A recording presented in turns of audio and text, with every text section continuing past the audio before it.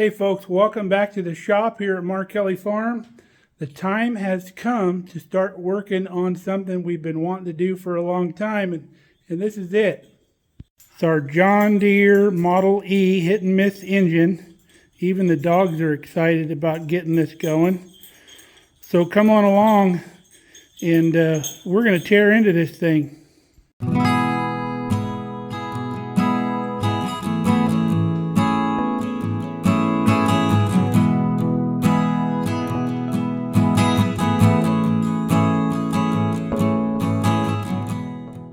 So we've had this on our roll around furniture dolly just so we could move it around the shop and get it out of the way when we needed to. But I want to get it up here on my work table so I'm not working on this thing down in the ground. So I'm going to take my lift here, my hoist, and we're going to run a chain through both flywheels and try to pick this thing up. I'm sure it's not the most ideal way to pick this up, but that's the way we're going to do it. The rod shaft in there is pretty stout, so I don't think we're going to hurt anything. But we'll get our chain around this thing and we'll see if we can lift her up.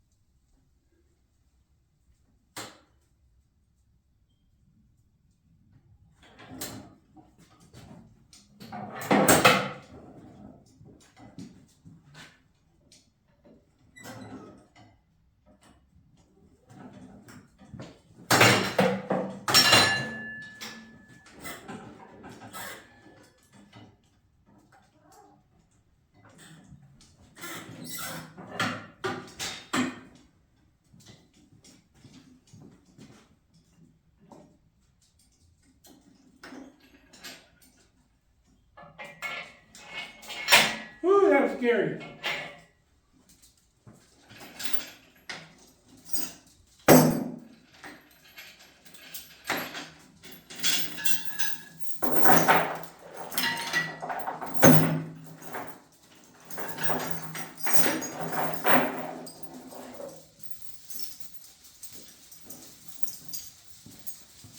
If you guys have never seen one of these, you get two hooks and put them together. It's like a little chain shortener.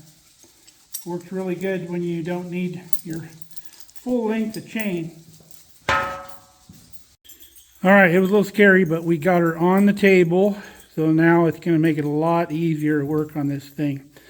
So if you've never seen one of these, this is a John Deere Model E hit and miss engine.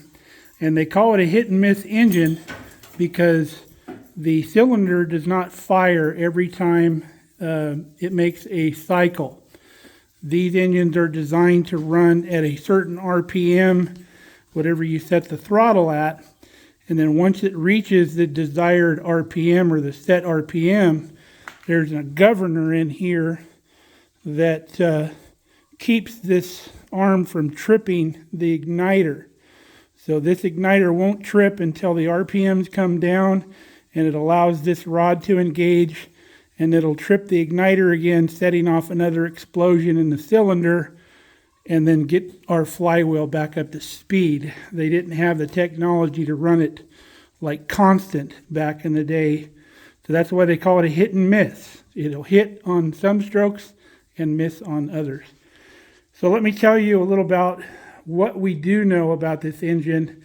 We bought it at an auction, I believe it was last year, and we were looking for one, and when we found it, it was missing the igniter and missing the Magneto, which are very important parts to this machine.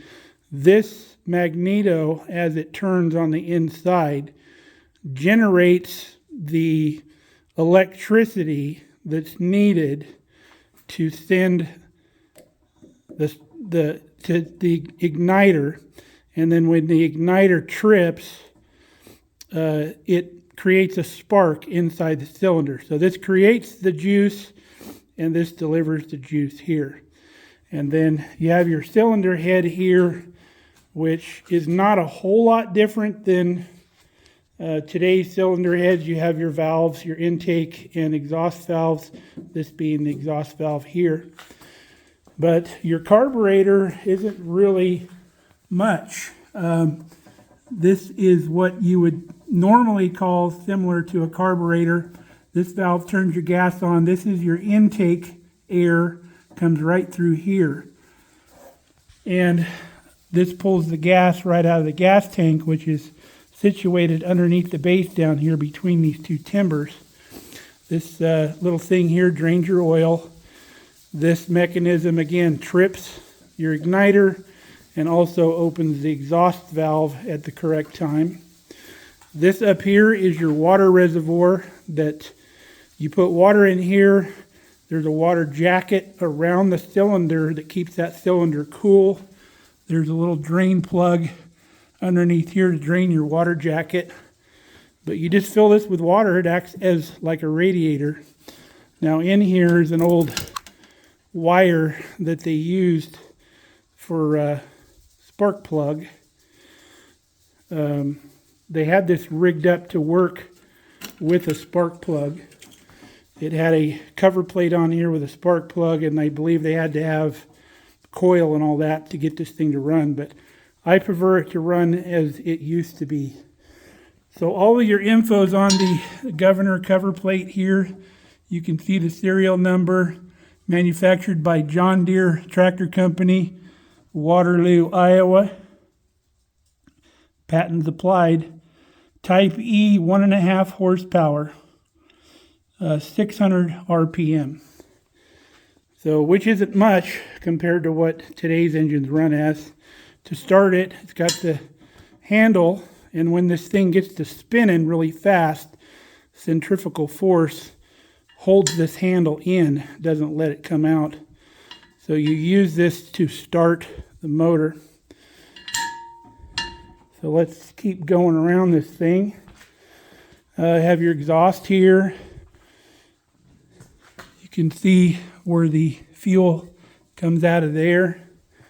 We have, this is the oil fill, I believe. No, the oil fill is over here. This is the fuel fill here.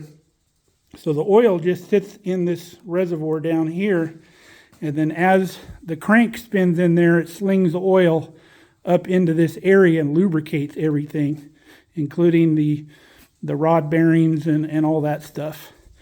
And then these things also get lubricated. I think the oil just kind of weeps in there a little bit. That's why we got kind of a mess.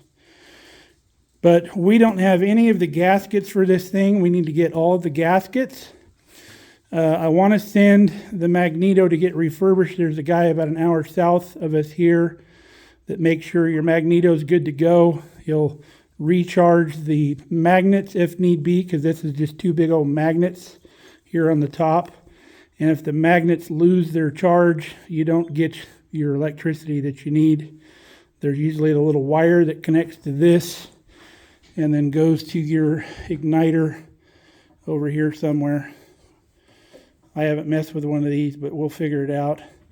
It appears we have a gasket in here, but we have none of these other gaskets. The Magneto's just sitting on here. I just put it on here so it didn't get lost, but the bolts are inside this cover and they come up through the bottom. They're two different sizes and I don't have the right sizes. So what we're going to do right now, since we have this thing up on the work table here, is I want to pull this head off, because when I rotate the motor here, it seems like it should have more compression than it does. I could be wrong, but it doesn't hurt to look inside the head to see if the valves are seating correctly and make sure that our piston's not wobbling around in there. And then for some reason, if we have to replace the rings or something, we'll fill the cylinder wall in there too, make sure the cylinder wall is not crazy scarred up. But if we do have to replace the piston rings, the piston comes out the front after you unbolt the rod from the crankshaft in the back. But this will give us a good idea what's going on inside this motor just by pulling the head off. I had to free the exhaust valve because it was stuck in the open position. But we'll take a look. So I'll pull the igniter off. I need to disconnect this linkage here. And then I'm going to have to pull the Magneto off too. And I want to send the igniter off with the Magneto. I want to get the points replaced. There's contact points on the inside of the igniter that I want to get replaced. I could do it myself, but I'd rather have somebody that's experienced do this part here. And then I want to get this thing, get all the gaskets and everything before my buddy Matt comes in June. He's more well-versed in these old engines. So if I have all the parts and everything's good sealed up, ready to go, he can help me fine-tune all the trip mechanism and all that, and we can get this thing started. Now, the reason I bought this is because I want to make an ice cream maker, and I'll show you a picture of that, what we're wanting to do. Now, after further inspection, this appears to be the wire that was used with the igniter. It connects to this terminal down here, but I don't know if this is the right connection for the end of it or not. But we'll find out. So this would go here, and then this little wire eye would be right there. But you'd have to loop it around to where it didn't get in your flywheel. So next order of business, we're going to take this bolt loose here, and then we'll take our igniter bolts out and get this loose, get the head ready to come off. All right, there's a pin that holds this arm together. I'm going to pull this pin out. I'm going to put some pliers on it. We're going to not mar this up. We're going to do it real gingerly so we don't scar it up. We're not going to grab it real tight.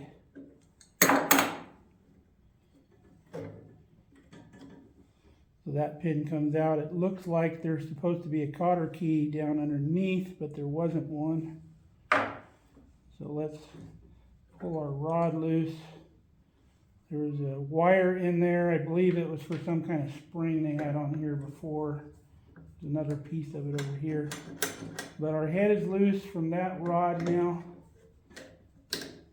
And this rod pulls right out. Comes out of this hole over here. So now we're going to take our igniter back out. It shouldn't be very tight. 5/8 wrench.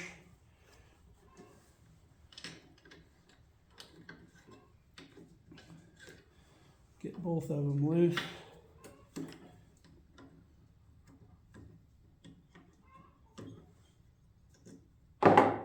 Finger tight now.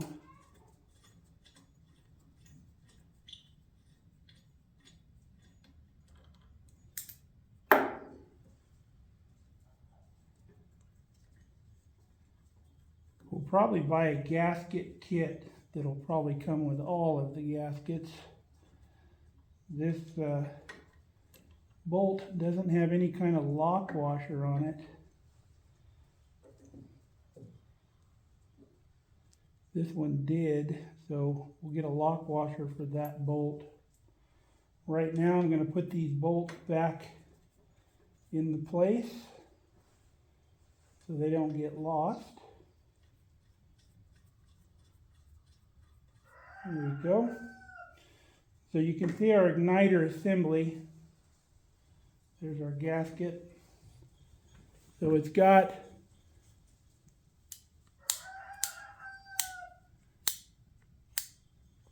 I don't know, it's got a spring mechanism here, but not moving very much. I don't know if how much it's supposed to move. But these contacts come apart, and this is where you get your spark inside of there. And that's why I want to get this rebuilt, to make sure everything's working correctly. It almost feels like something's frozen up here. But I want to let somebody that knows a little more about this than me work on this igniter, because it's a pretty integral part of this system here. So next off, let's see here. I believe this head will come off just fine now. I'll leave the exhaust attached for now. I don't want to mess with that. So we'll get an end wrench, looks like about a 3/4. So our head bolts are 7/8, and we don't have a 7/8 end wrench. So what we're going to use is a socket. So you don't want to be using crescent wrenches on this stuff, folks. You don't want to be rounding anything off. So we'll free these up with our breaker bar, and then we'll just be able to use a ratchet on it. Nothing is seized up, so that's good.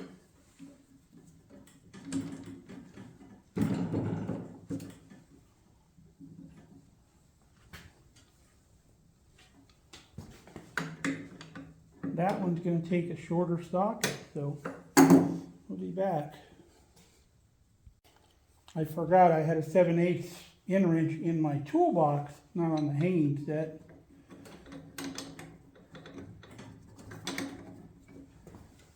This nut here feels like it's a little bit rounded. And the igniter flange right here kind of gets up in there.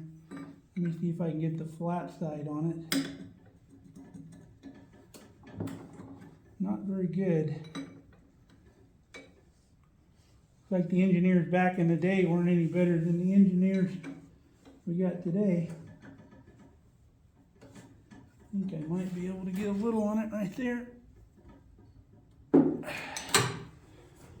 Nope. So, yeah, right when I want to pull up on that wrench, it hits that flange. So, maybe if I scoot this thing a little further to the edge of the table, I can get a better crack at it. See if that'll do it.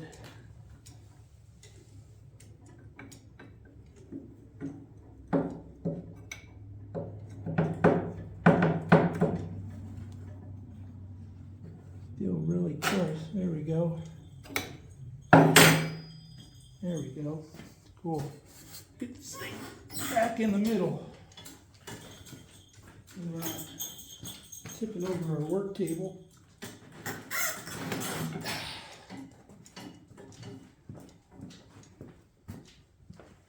All right.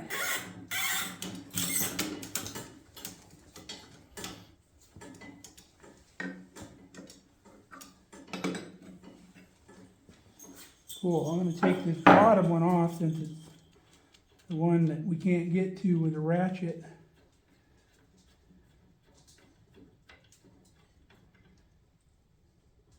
No kind of washer on there.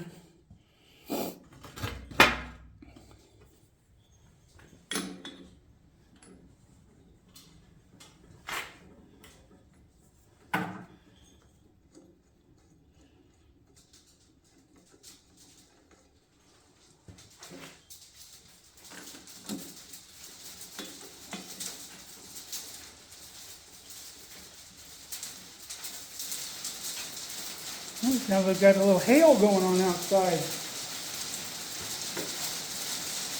Yep. All morning we've been getting some little small hail that looks like the stuff that used to be inside of a bean bag. But this stuff looks a little more serious. Ruby's out there wondering what it is. She's never seen hail before.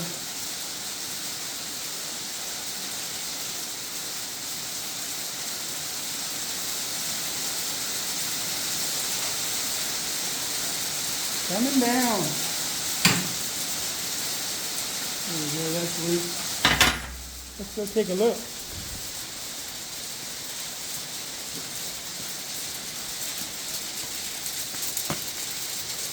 Yeah. We're supposed to stop earlier. Apparently it doesn't want to. Dogs are up there playing in it.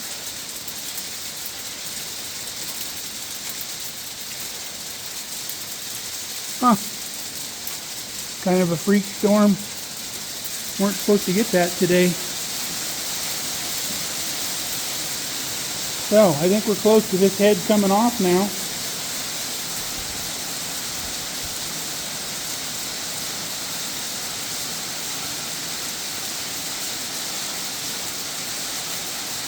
Let's see if she comes loose. There we go. Let's hold this up. Oh, the fuel line. Gotta take the fuel line off, ding-a-ling. Takes a 1/2 inch wrench for the fuel line compression nut here. So we'll spin that off, and then that tube should pull right out of there.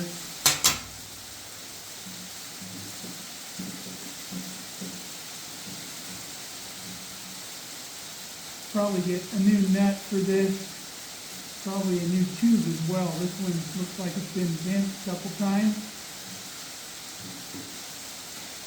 Alright, now our head should come on.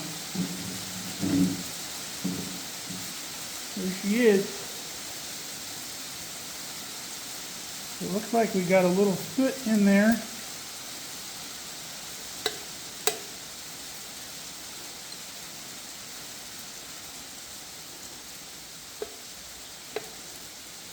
Probably just needs to be cleaned up. It looks like the springs are working good.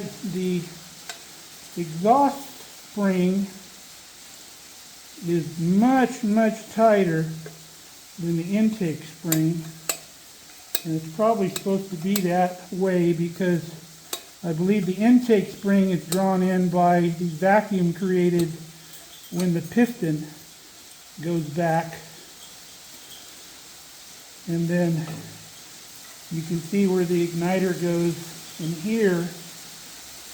It's an open hole into the cylinder. So all in all, this doesn't look too bad. It's got a little soot on it. So let's take a look at the cylinder.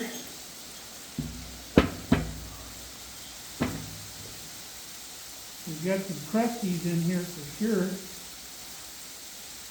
But the cylinder wall feels pretty good. There's no ridge there at all. I cannot feel the ridge on where the end of the stroke is. You can see it's dirty, but right here on the end of the stroke, there's no ridge. And if your cylinder is worn out, right on the end of the stroke where you can see where that line is, you'll feel a definite ridge. That bore is very smooth. I'm very pleased with that. This area right here, your piston doesn't come out. See, this is kind of ramped up right here. So piston doesn't come out here. So this, we'll clean this up obviously. But real impressed with that cylinder wall. Let's run the piston up here, see what it looks like. It's crusty. You can tell. Now, you see the cylinder or the piston does come out here, but the ring surface is back there a ways. So, let's go through one more time. So there's your piston. So piston head's a little crusty, but nothing that can't be cleaned up. The piston is very tight. There is no play in that at all. I think we're going to be able to just roll with this. I don't think we need any rings or anything. But we'll let my buddy Matt weigh in on that, of course. All right, we cleaned up the inside of the cylinder there. Got all the dirty crusties out of there. I had a little stainless steel brush. I just quickly cleaned off the top of that piston. Cleaned up really nice. We'll get all the dust and everything out of there. We'll wipe it clean. Put a little bit of lubricant in there so our cylinder's not running dry before the oil starts slinging around when we start this motor, so it'll give it something, those rings to skate on a little bit. We've cleaned up our cylinder head with our little stainless steel wire brush. This is just rough casting. Here's all this is. We cleaned out our igniter port here. I polished all of the valve seats. They look really good now. You can see they seat really well. There's no gaps in there. They look real good. So I think what we're going to do is we'll squirt some WD-40 on this because there's a little bit of moisture in the air. We don't want this rusting, and a little WD-40 in the cylinder is not going to hurt anything. So we'll get this put back together with the old copper gaskets that we have, cylinder head gaskets. They look to be copper. We're going to get new ones, but we're just going to use these right now to seal this thing up. And I'll put some tape over the igniter port here to where we don't get moisture in there. We'll button this thing back up. I think we're going to be just fine. I'm real pleased with the inside of this cylinder and the cylinder head. I don't think we're going to have to do any rebuild. There's absolutely no slack in the rod bearings. You rotate the flywheel back and forth. It's a very positive connection. There's no play in that piston at all. So our rod bearings are also in pretty good shape. So I think we dodged a bullet. I think we're going to be able to run this thing as is once we get the igniter and the Magneto taken care of.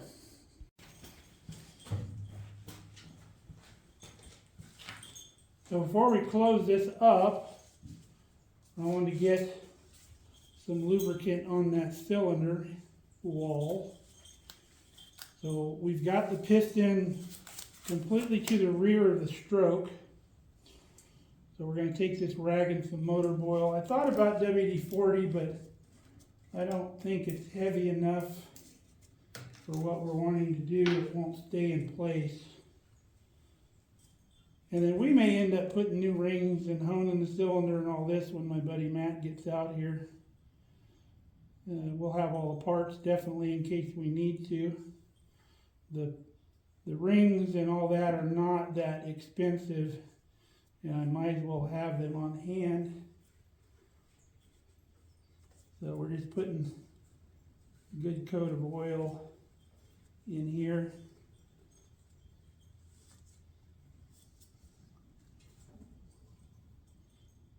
A little bit of moisture in the air today, so we don't want to take any chances with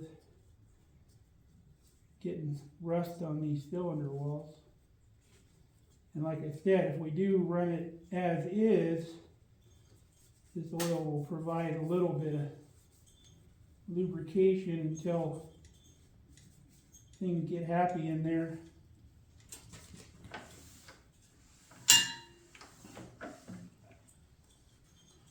Get some on the top of our piston.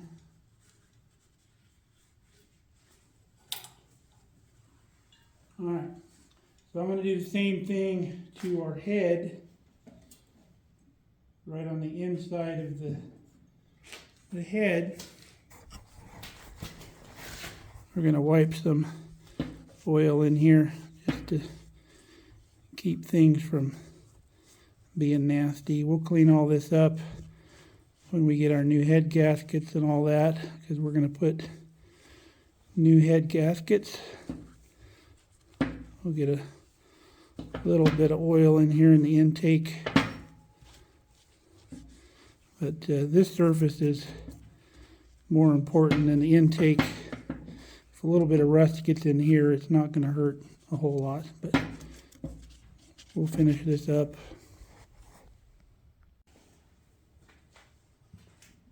Put our gaskets back on in the same orientation. There's it's got like a paper center with copper on both sides. So we'll get a new one of those.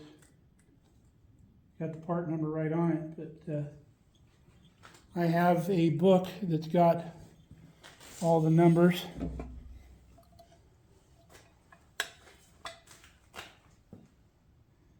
Put our head back on. A lot cleaner than when we started.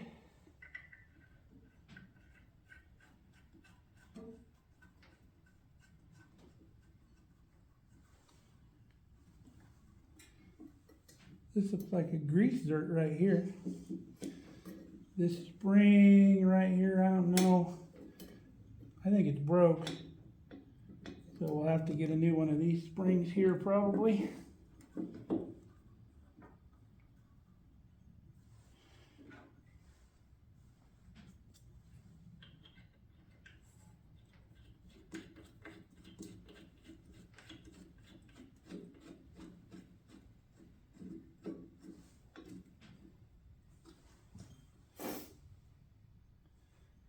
I'm going to clean that nut up a little bit.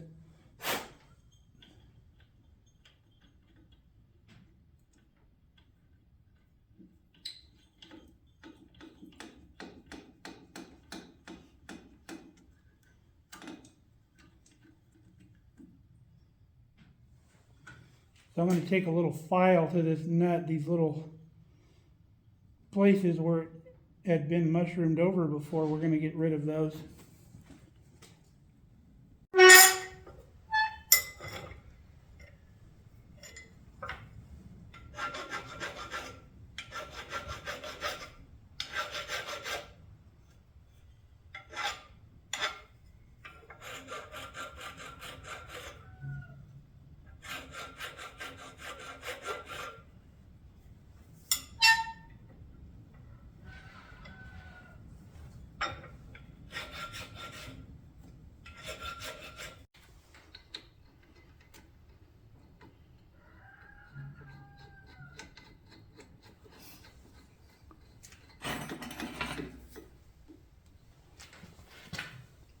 So we're just going to snug this. We're not going to really tighten it down.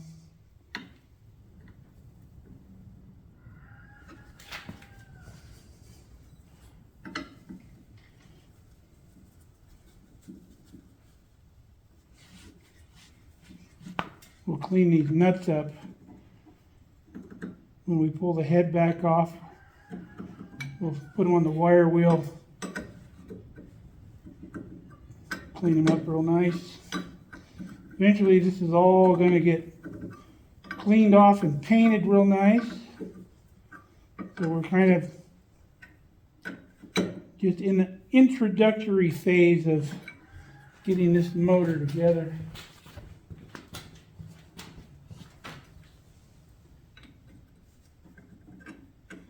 Wrench fits on that one much better now. So just snug it. I think we're missing a part here. There's supposed to be like a choke on here, like a little door that covers this to help choke it. So now we're going to get a flathead screwdriver. We're going to pull the screws off of this governor cover here so we can get the bolts out of that Magneto, take that Magneto off.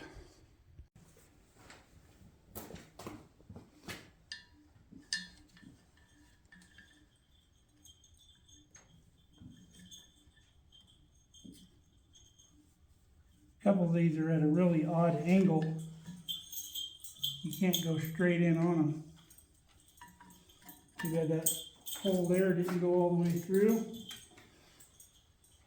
Wouldn't line up anyway. Be close.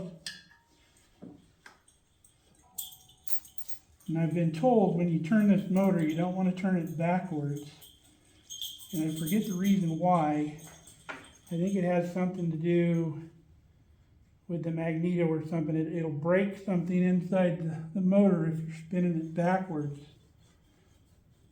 But I'll have to research that. If you do know what that is, just you'd leave it in the comments for me.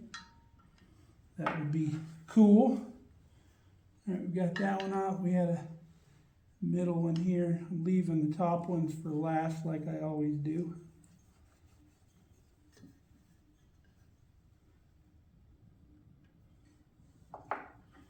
This motor is almost 100 years old. In 2029, it'll be 100 years old.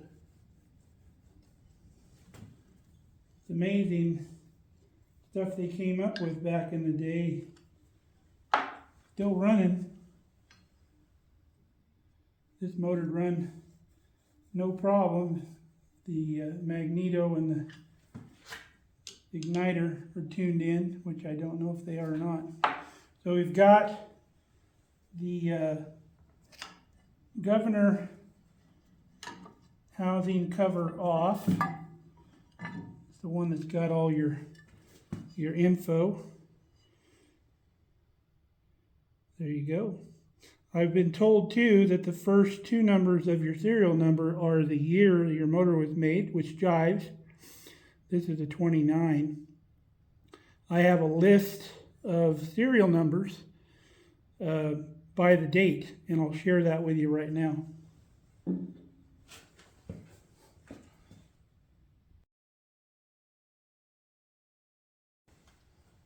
All right, we got 2 more screws on this cover on either side of the Magneto that we have to take loose.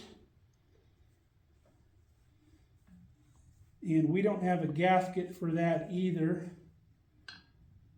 And when we put this thing together, I'm sure there's probably a gasket that goes in there. Because of the oil slinging around in here, it would pretty much have to have one.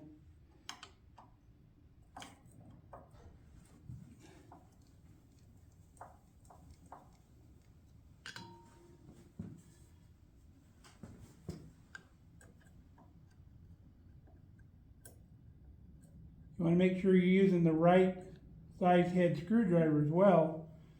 You don't want to be mushrooming the top of your screws out either. So these 2 screws, I believe, are smaller, and they are.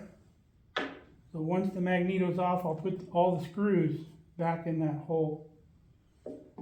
So there's 2 bolts underneath here, and I'm going to have to look at the parts list, which I have, to see if this actually takes bolts or if there's studs that go down through there and put nuts. But it's quite a chore to get these bolts out, and I'll have to figure out, like I said, what goes in here, because right now it's a real headache. You can't even really get a wrench on them, but we'll get those loose.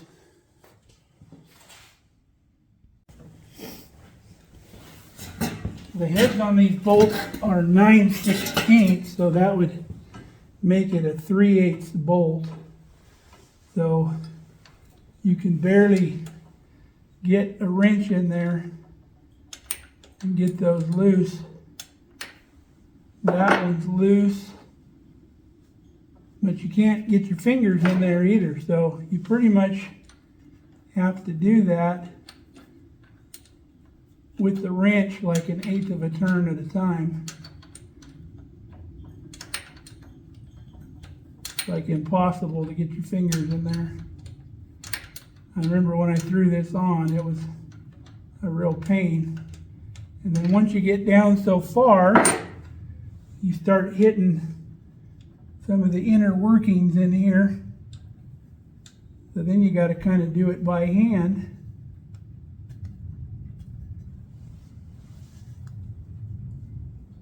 Wow, what a pain. Now this one over here, that appears to be like a square head, which no bueno there. Luckily I didn't really put much on them because they're going to come out a little easier.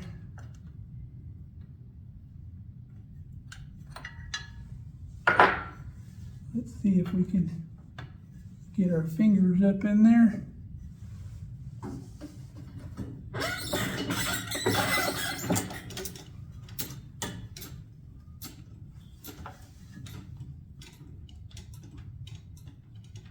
Two fingers. One bolt. I'm sure that's not the right one. Let's see if we can get this other one.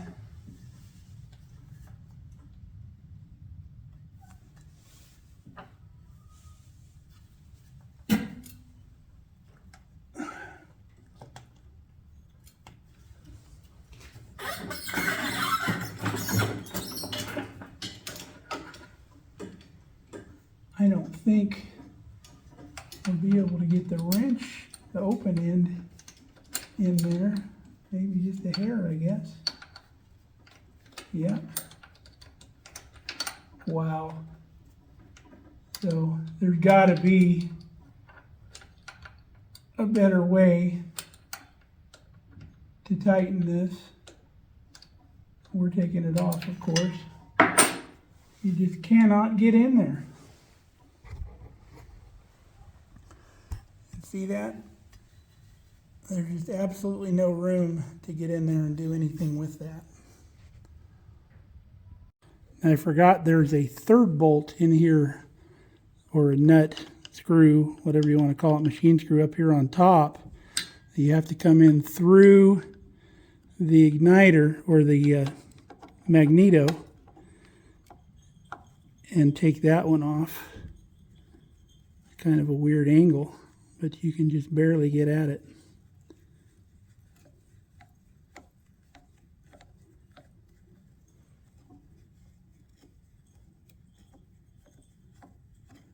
All right, I believe that's loose.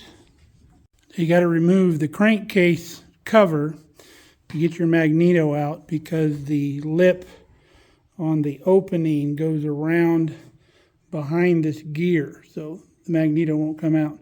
So just 2 bolts, 2 short bolts and a long bolt. Your crankcase cover comes off. And we don't have a gasket for this either, and I knew that. See if there's one on here. Yeah, there's a gasket on here, but we'll get a new one. So now the Magneto should come right out. You can see the gear it runs on there. But I've had this open before. Everything looks really nice in here. There's no slop. Everything's nice and tight. So Magneto lifts right out now. That's what she looks like. There's where the 2 mounting bolts go to. So we're going to take a look at our book over here, and we're going to see what those bolts look like. I've got this online. You can download it and print it out. So let's open that up and see what those bolts look like. Now, the manual that came with these things were pretty simple. They were printed back in a day when your average dude had a lot more knowledge about stuff, so they really only cover just the basics. So that's kind of a cutaway view of the motor, and it tells you what everything is, but it doesn't show the bolt I'm looking for. And then there's your Magneto cover, but it doesn't say anything about the bolts. And reading through all of this, it's just an explanation of what everything is. And even back in the parts pages, it covers the Magneto, but it doesn't give any part number for the bolts or anything like that. So your Magneto right here, there's no bolts. And then the Magneto parts, which is basically the inside guts of the Magneto, there's no bolts listed in that either. But all the other part numbers are here, and then it's listed by 1.5 horse or 3 horse. And it gives you the part number. Some of them are the same. So let's take a look at what else is going on here. So now that we got the Magneto out, we're going to test it real quick. What we did is we put our mounting bolts in the bottom of it, so we're not hurting the case at all by putting it in the vise. And then we're going to get our drill with an 11/16 socket on here. We've got a wire connected to the terminal up here, so we're going to see if we get spark from the other end of this wire right here. So I'll zoom you in so you can see. when we do it. So let's give it a spin.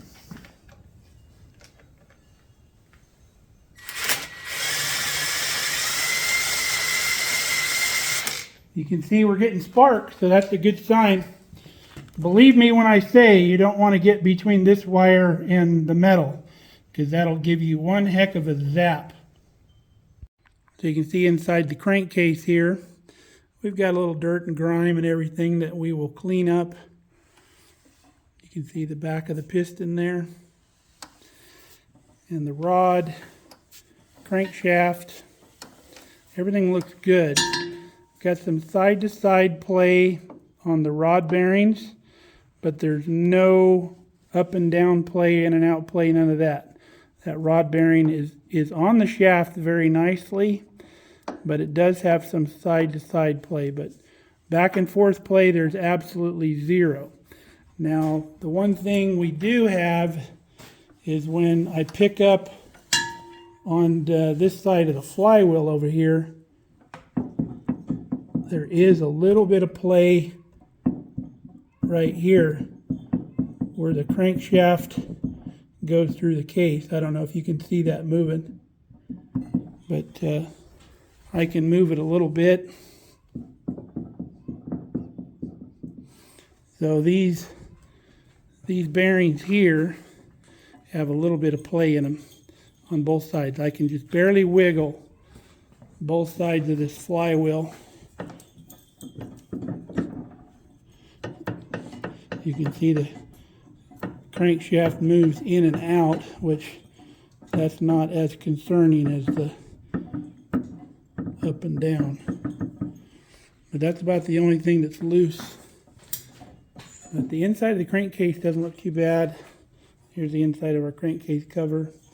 These are just oil deflectors that go on either side of the crankshaft, or the rod, excuse me. Go on either side of the rod. I think it just keeps too much oil from getting up in there behind the piston. But it looks good. Well, I'm going to put the crank case cover back on, and we'll seal this thing up pretty good. Looks like there's plenty of oil residue left in here. Found my lost wedding band on the floor of the shop. We'll have to clean that up and keep it for a spare, because I bought a new one. We put all our parts back on. We put our nuts, bolts, and everything back in. Put our governor cover back on, just finger tight. Little tape over the hole there. Got our crankcase cover back on, just finger tight. So we've got our magneto and our igniter out, which was the main thing we needed to do. And we'll get those down to our guy. The next thing I want to do is get in here in the water jacket and vacuum some of this nasty stuff out of here, get all that cleaned out so the water can get around that cylinder. We're probably going to have to eventually pull that plug down underneath and rinse all this nasty stuff out, but we'll get what we can with the vacuum.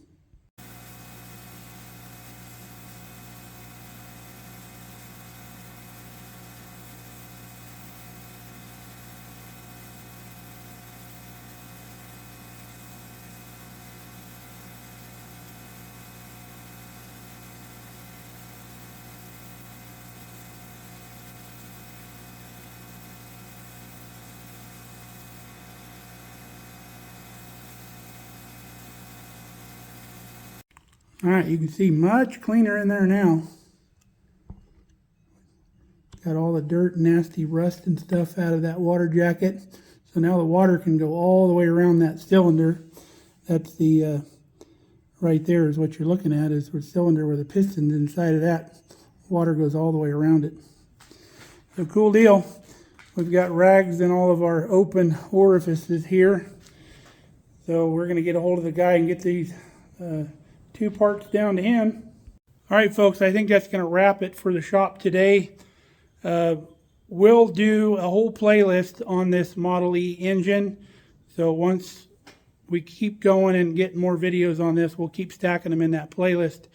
And then every video after this we'll link it up here in the corner. It won't have it probably at first, but once we get a second video, we'll link that, and then in the second video, we'll link the third video if there is one, and so on and so on.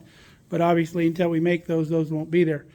So, hope you enjoyed this as much as I did. I love this old engine, and I'm going to enjoy refurbishing it. So, if you've got any comments, suggestions, or whatever, please put them down in the comments. If you've been around these things for a while, we're kind of feeling our way through. So, stay safe, stay healthy. We love you guys. Come back and see us here on Markelly Farm.